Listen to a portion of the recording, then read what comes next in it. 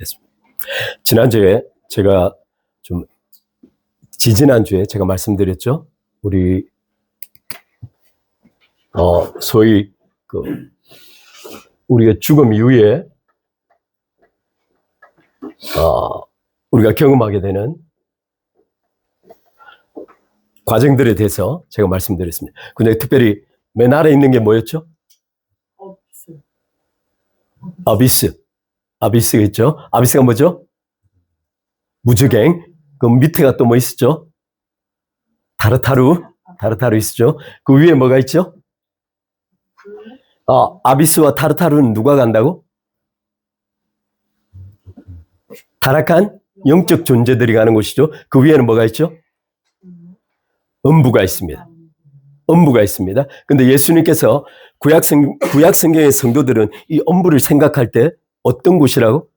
망자들이 가는 곳이라고 생각했습니다. 이곳에는 형벌도 없고 아무것도 없다고 생각했어요. 근데 예수님께서 누가복음 16장에 이 음부는 어떤 곳이라고 말씀하시죠? 맨 아래 어떤 곳이 있죠? 예수님을 또는 하나님을 믿지 않는 존재들이 가는, 사람들이 가는 고통의 음부가 있죠. 그 사이에 구렁이 있고 그 위에 뭐가 있죠? 아브라함의 품이 있습니다.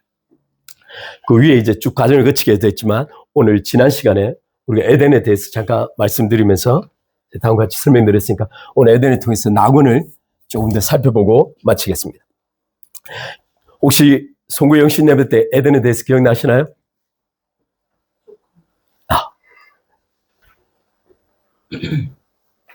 에덴에 가장 기억해야 될 게 뭐죠? 에덴은 완성된 거처가 아닙니다. 지난번 에덴에 대해서 말씀드린 대로 페르시아의 페이리와 다즈가 합쳐진 단어입니다. 이 페이리라는 단어는 around라고 그랬죠. 이 다즈라는 이 단어는 wall인이라는 단어입니다. 따라서 벽으로 둘러쳐진 둥그런 지역을 뜻합니다. 따라서 이 페리다즈라는 파라다이스라는 이 뜻은 원래 왕의 거처를 뜻합니다. 왕을 위하여 준비된 동산을 뜻합니다. 그래서 이 파라다이스라는 명사를 원래 에덴에 쓸 수 없는데 에덴의 최초의 파라다이스라고 쓴 성경이 있죠. 70인역입니다. 70인역은 약 BC 300년에서 약 100년에 이르기까지 무려 약 200여 년 동안 72명의 히브리어 학자들 또는 랍비들이 모여서 히브리어 성경을 헬라어로 번역한 것이 70인역입니다. 그런데 이 70인역이 이 에덴을 번역하면서 무엇이라고 불렀냐면 파라데이소스라고 불렀습니다. 바꿔 말하면 에덴을 낙원이라고 불렀던 거죠. 따라서 에덴을 낙원으로 부르면서 구약 성도들 또는 신약의 성도들 사이에 심각한 오류가 발생했습니다. 그것이 무엇이죠? 에덴을 인간이 돌아가야 할 이상향으로 규정한 것입니다. 지난 시간에 왜 에덴은 인간의 이상향이 아닌가를 세 가지를 통해 살펴보았습니다. 오늘 그걸 잠깐 복습하고 넘어가겠습니다. 왜 이렇게 딱딱하지?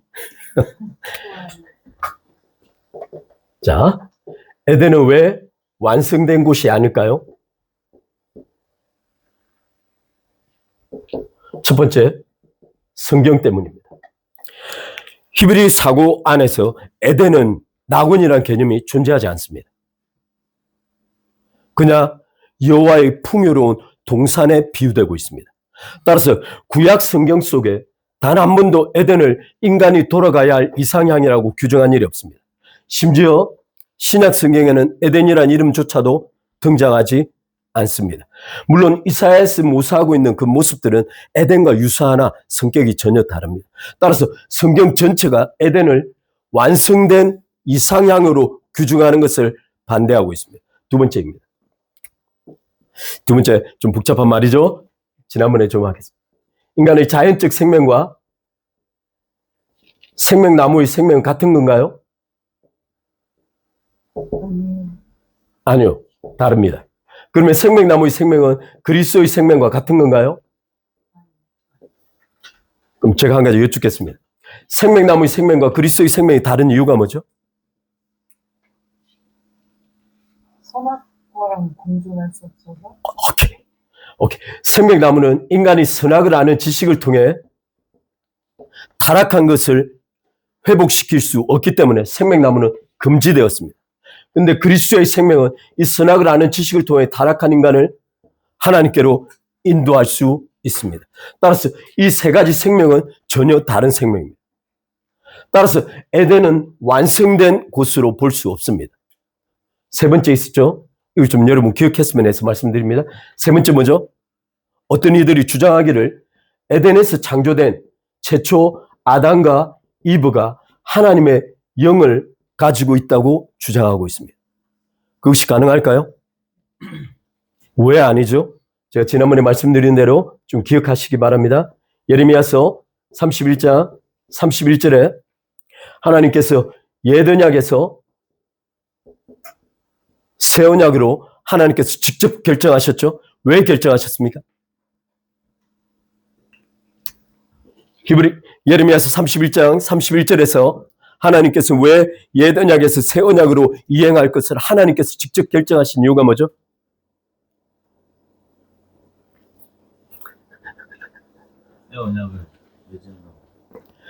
하나님께서 내가 그들의 남편 되었어도 그들이 언약을 파기하였습니다.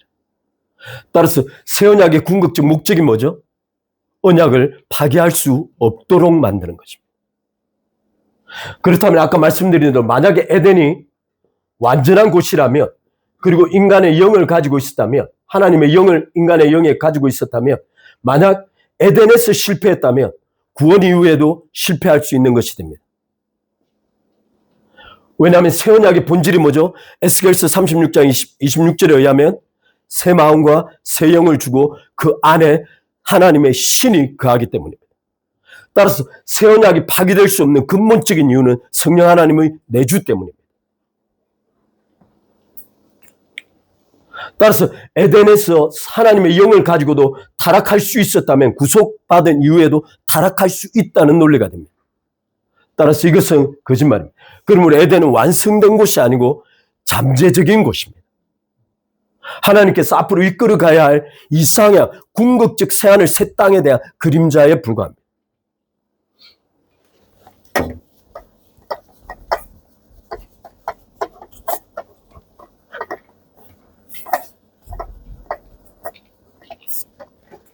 오늘 잠깐 우리 오늘 살펴보고 좀 짧게 마치겠습니다. 우리 같이 함께 고린도후서 12장 2절로 4절 한번 읽어보겠습니다. 한번 읽어볼까요? 내가 그리스도 안에 있는 한 사람을 아노니 그는 14년 전에 셋째 하늘에 이끌려 간 자라. 그가 몸 안에 있었는지 몸 밖에 있었는지 나는 모르거니와 하나님은 아시느니라. 내가 이런 사람을 아노니 그가 몸 안에 있었는지 몸 밖에 있었는지 나는 모르거니와 하나님은 아시느니라. 그가 낙원으로 이끌려가서 말로 표현할 수 없는 말을 들었으니 가히 이르지 못할 말이로다. 아멘. 아멘. 가끔 이 고린도후서 12장 1절로 4절에서 바울은 자신의 이름을 직접 명명하지 않고 바울 자신의 이름을 그라고 명명하고 있습니다. 누군가 이야기를 해서 좀 제가 말씀드리는데, 이 바울이 고린도후서 12장 1절에서 4절까지 자신을 그라고 소개하고 있다라는 이유로 이 삼청천의 경험을 바울이 경험한 것이 아니라고 하는 사람들이 있습니다. 이것은 중대한 오류입니다. 제가 잠깐 그걸 말씀드리겠습니다. 고린도후서 10장에서 13장까지 바울은 굉장히 격정적으로 편지를 쓰고 있습니다. 그 근본 이유는 당시 고린도 교회에 은밀하게 들어와서 바울의 사도권을 위협하는 거짓 사도들 때문이었습니다. 고린도후서 10장부터 13장까지를 읽어보면 어떤 것과 굉장히 유사한 바울의 태도를 보여주냐면 갈라디아서입니다. 여러분 아시다시피 갈라디아서 1장 6절로 약 8절 정도에 누구든지 내가 전한 복음 외에 다른 복음을 청하면 그는 천사일지라도 저주를 받으리라고 말하고 있습니다. 이와 같은 바울의 거의 격정적 모습들이 고린도후서 10장, 13장에 나타나고 있습니다. 바울이 실제 자신의 사도권에 대하여 굉장히 중요하게 생각했던 이유는 두 가지 때문입니다. 하나는 자신의 사도권이 위협받게 되면 자신이 전한 복음에 의해서 구원받은 고린도 성도들의 신앙의 기반이 무너지기 때문입니다. 두 번째는 자신의 사도권이 위협받을 경우에 자신이 전하고 있는 복음 자체가 위협받기 때문입니다. 그래서 바울은 고린도서 10장에서 13장에 걸쳐서 굉장히 격정적으로 거짓 사도들을 비판하며 정죄하고 있습니다. 그 단어를 시제 좀 한번 읽어봤습니다. 고린도서 13장 1절로 3절까지인데요. 이렇게 기록하고 있습니다. 내가 이제 세 번째 너희에게 가리니 두세 증인의 입으로 말마다 확정하리라. 내가 이미 말하였거니와 내가 지금 떠나 있으나 두 번째 대면하였을 때와 같이 전에 죄 지은 자들과, 여기 기록하고 있습니다. 전에 죄 지은 자들과 그 남은 모든 사람에게 미리 말하노니, 내가 가기 전에 너희에게 미리 말하는데 내가 다시 가면 그를 용서치 아니하리라. 이는 그리스도께서 내 안에 말씀하신 증거를 너희가 보여보라고 구함이니라. 그는 너희에게 대하여 약하지 않고 도리어 너희 안에서 강하시니. 바울은 굉장히 흥분된 상태에서 내가 다시 가면 너희들을 절대 용서치 않겠다고 말할 만큼 고린도서 10장과 13절은 바울의 굉장히 민감한 구절입니다. 따라서 바울에게 그토록 중요한 10장과 13절에서 갑자기 자신과 전혀 관련 없는 삼청천의 경험을 말할 리가 없기 때문입니다. 나중에 좀 더 복잡한 내용들이 있지만 그건 자세히 다루겠습니다. 바울이 고린도서 12장 1절로 4절에서 바울이 자기 자신을 직접 말하지 않고 그라고 제3자적으로 표현한 이유는 바울이 가지고 있는 약함의 신학 때문입니다. 여러분 아시다시피 하나님께서 이 계시와 환상 때문에 그에게 육체의 과실을 주셨습니다. 바울이 3번 기도했죠. 이것을 떠나게 해달라고. 바울의 기도는 단지 그것이 고통스러워서가 아니고 바울 그 문제 때문에 복음을 전하는데 심각한 위협이 되기 때문입니다. 그런데 하나님께서는 거절하셨습니다. 거절하시면서 내 은혜가 네 약한 중에 족하고 강하게 된다는 것입니다. 바울은 단순히 우리는 그냥 겸손에 대한 문제가 아니고 바울은 여기서 하나의 신학을 발견한 것입니다. 하나님의 능력과 하나님의 역사는 내가 오히려 약해지면 약해질수록 더 강하게 드러난다는 것입니다. 따라서 바울이 가장 두려워한 것이 있는데 끊임없이 자신이 드러날까 봐 두려워했습니다. 여기서 여러분하고 우리 작은 소수지만 모여서 여러분께 말씀드리지만 제가 언제나 두려워하는 게 있습니다. 저는 상당히 지적 논리를 좋아합니다. 그래서 논리를 좋아하고 한번 대화하면 그냥 끝까지 가는 것을 좋아합니다. 언제나 두려운 게 있습니다. 놀이가 될까 봐. 기도하면서 하나님께서 제게 말씀하신 말은 이 사람들을 위해서 최선을 다하라고 말씀하시는 것 같아서 하나님께 뜻하신 시간까지 최선을 다해서 함께하도록 하겠습니다. 그리고 무엇보다도 제 자신 아닌 그리스도께서 드러나셔야 합니다. 약해지면 약해질수록 하나님은 강해집니다. 바울은 그것을 단순히 겸손의 문제에서 인식한 것이 아니고 바로 그것을 하나의 신학적 체계로 삼았습니다. 그래서 바울은 자신의 약함을 끊임없이 자랑하는데 어디까지 자랑하냐면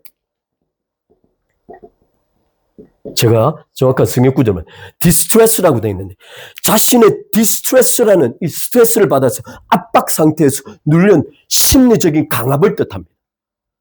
환난이나 공고나 또는 무엇인가 없음과 결핍을 통하여 느끼는 심리적 강압조차도 바울은 어떻게 인식했냐면 바로 이 지점이 내가 약한 지점이라고 생각했습니다. 그래서 심지어 이 디스트레스를 초래하는 문제조차도 기꺼이 받아들인 것입니다. 저 오늘 이 말씀하는 것이 아니고요.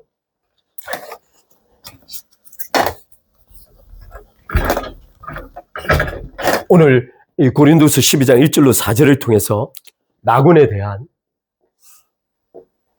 5가지를 정리해 보도록 하겠습니다.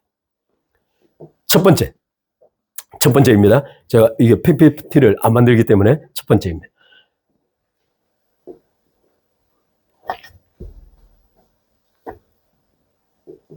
에덴은 낙원이 아닙니다.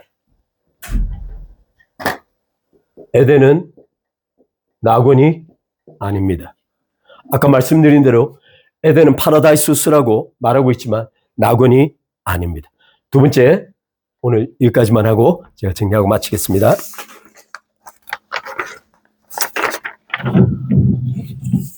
두 번째 특징은 뭘까요? 낙원은 아브라함의 품이 아닙니다. 이 차이가 뭐라고 그랬죠? 예수님. 아브라함의 품은 예수님의 초림을 기다리는 사람들이 가는 곳입니다. 예수님의 구속을 기다리는 사람들의 자리입니다. 근데 낙원은 어떤 곳이죠? 이미 구원받은 사람들이 가는 곳입니다. 이 차이 때문에 낙원은 아브라함의 품이 아닙니다. 세 번째 특징이 있습니다. 세 번째, 낙원은 뭐가 같죠?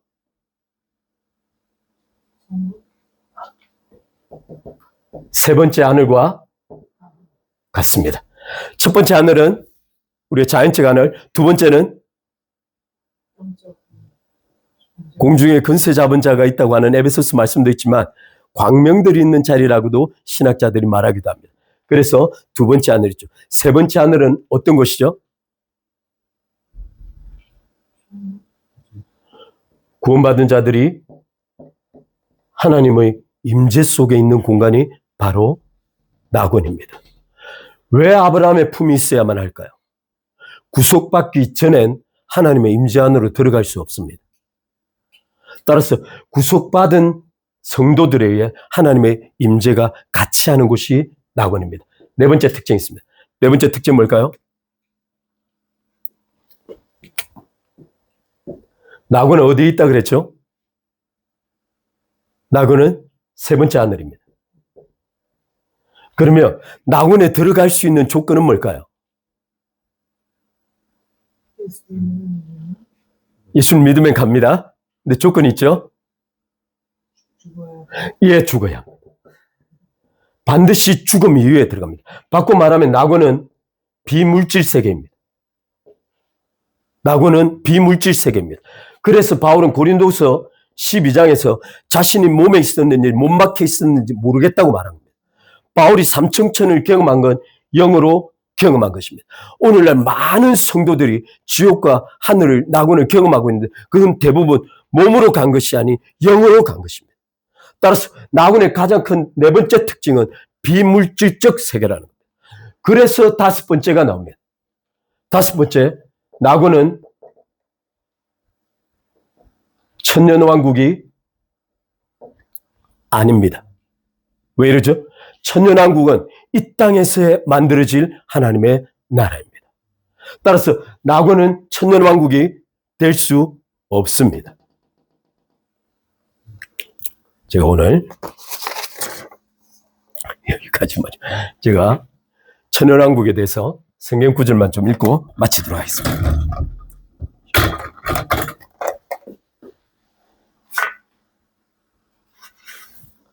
제가 한번 우리 천년왕국에 대해서 좀 살펴보겠습니다. 천년왕국이 땅으로 임한다는 성경 구절입니다. 아까 다시 한 번 말씀드립니다. 이 구절을 읽는 이유는 낙원과 천년왕국이 근본적으로 다르기 때문입니다. 다시 한 번 말씀드리지만 낙원은 비물질적 세계로 죽어야만 경험할 수 있는 영적인 공간입니다. 반면 하나님의 나라 천년왕국, 이스라엘 회복을 중심으로 이루어질 이 땅에서의 천년왕국을 선지서들은 이렇게 말하고 있습니다. 스가랴서 14장 4절입니다. 그날에 그의 발이 예루살렘 앞 곧 동쪽 감난산에 서실 것이요 감난산은 그 가운데가 동수로 갈라져 매우 큰 골짜기가 되어서 산 절반은 북으로 산 절반은 남으로 옮겨지고 라고 기록하고 있습니다. 천년왕국이 임하면 예수님께서 예루살렘 앞 곧 동쪽 감난산, 그분이 기도하시는 곳으로 내려오실 것입니다. 예수님께서 감람산으로 임하시면서 천년왕국은 시작될 것입니다. 요한계시록에서는 반복해서 약 2번에 걸쳐서 큰 지진이 있을 거라고 말하고 있습니다. 바로 그게 스가랴서에도 기록되고 있습니다. 스가랴서와 요한계시록 그리고 다니엘서는 대표적인 묵시세입니다. 요한계시록 20장 7절로 9절에 이렇게 말하고 있습니다. 좀 여러분 이 구절들은 좀 기억하시면 좋겠습니다. 천년이 참에 사탄이 그 옥에서 놓여 나와서 땅의 사방 백성 곧 곡과 마국을 미혹하고 모아 싸움을 붙이리니 그 수가 바다의 모래 같으리라. 그들이 지면에 널려 퍼져 성도들의 진과 사랑하는 성을 두르며 하늘에서 불이 내려와 그들을 태워버리고라고 기록하고 있습니다. 그러면 1000년 뒤에 사탄이 풀려나서 성도들과 전쟁을 할 텐데 그 전쟁이 벌어지는 곳을 뭐라고 묘사하고 있냐면 바로 지면에 널리 퍼져서 성도들의 진과 사랑하시는 성을 둘렀다고 말하고 있습니다. 따라서 사탄이 풀려나기 전 1000년 왕국은 이 땅에서의 왕국입니다. 또 요한계시록 5장 9절로 10절입니다. 그들이 새 노래를 불러 이르되 두루마기를 가지고 그 인봉을 떼기에 합당하시도다. 일찍이 죽임을 당하사 각 족속과 방언과 백성과 나라 가운데에서 사람들의 피로 사서 하나님께 드리시고 그들로 우리 하나님 앞에서 나라와 제사장들을 삼으셨으니 그들이 땅에서 왕노릇 하리라고.